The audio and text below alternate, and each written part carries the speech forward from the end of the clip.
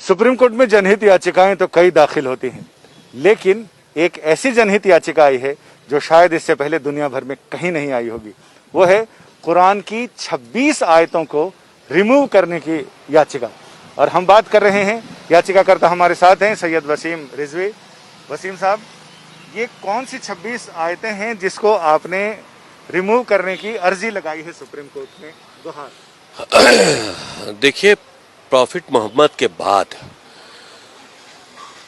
पहले खलीफा अबू बकर, दूसरे खलीफा उमर और तीसरे खलीफा उस्मान द्वारा कुरान को कलेक्ट करके और उसको जारी किया गया एक किताबी शक्ल में।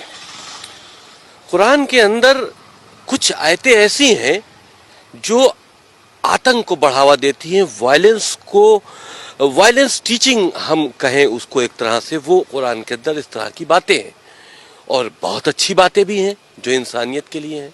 तो अल्लाह के मैसेज दो तरह के नहीं हो सकते।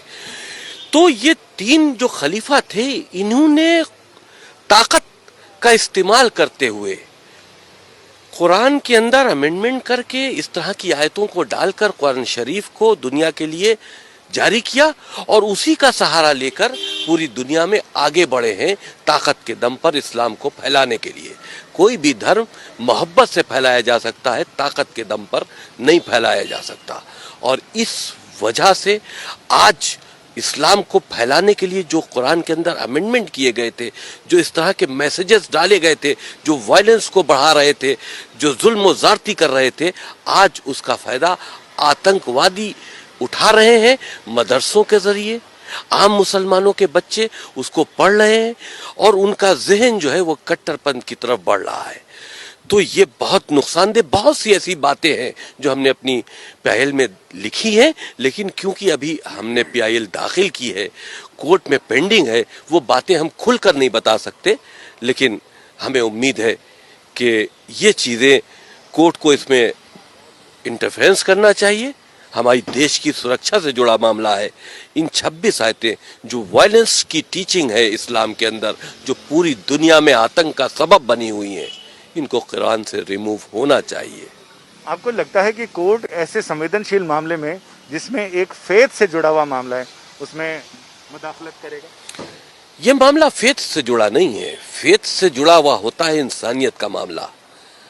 किसी का कत्ल कर देना फेथ से जुड़ा मामला है। आप अगर इसको फेथ से जोड़ लेते हैं तो हमको इजाजत दीजिए कि हम काफिरों का कत्ल कर दें। तो ये फेथ से जुड़ा नहीं है, ये वायलेंस टीचिंग है। ये एक तरह से आतंकी गतिविधियों में मुसलमान बच्चों को लिप्त करने की बात है और उसका सहारा कुरान मजीद से लिया जा रहा है।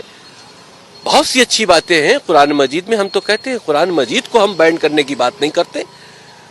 उसके अंदर जो वायरस खलीफाओं ने डाला है इस्लाम को आगे बढ़ाने के लिए ताकत के दम पर, उसको रिमूव करो, क्योंकि आज उसका गलत फायदा उठाया जा रहा है और मुसलमान बच्चों को आतंकवाद की तरफ लिया जाया जा रहा है। तो आपको लगता है कि जो किसी जमाने में इस्लाम की ताकत के बल पर इस्लाम को फैलाने की बात की जा रही थी, आज वही इस्लाम को कमजोर कर रहा है? जो बुनियादी शिक्षाएं हैं इस्लाम की इंसानियत के भले के लिए, जाहिर सी बात है, जिस वक्त ये कुरान के अंदर अमेंडमेंट करके इस तरह के अल्लाह के नाम से मैसेजेस डाले गए जो हमने चैलेंज किए हैं, उस वक्त तो उनका मकसद यही होगा कि हम इसको अपनी ताकत से जोड़े। अल्लाह के मैसेज के नाम पर जिहाद क्या है?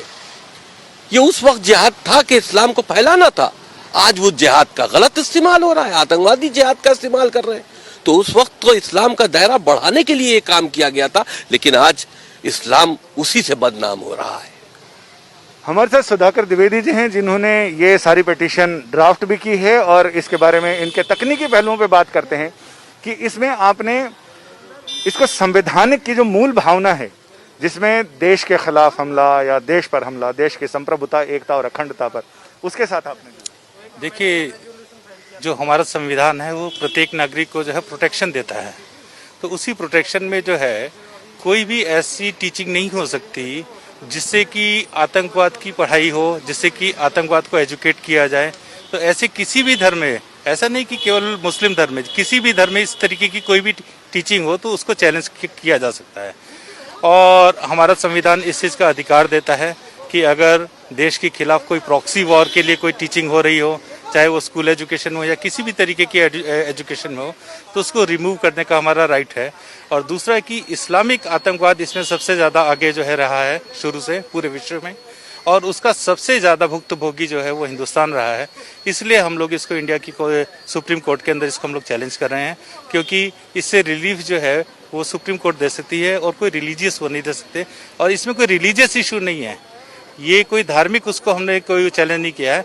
हमारा केवल इसके अंदर जो मेन ग्राउंड है वो यही है कि कोई भी ऐसी टीचिंग जो आतंकवाद को बढ़ाती हो, जो ह्यूमैनिटी के लिए खतरा हो, उसको रिमूव किया जाए।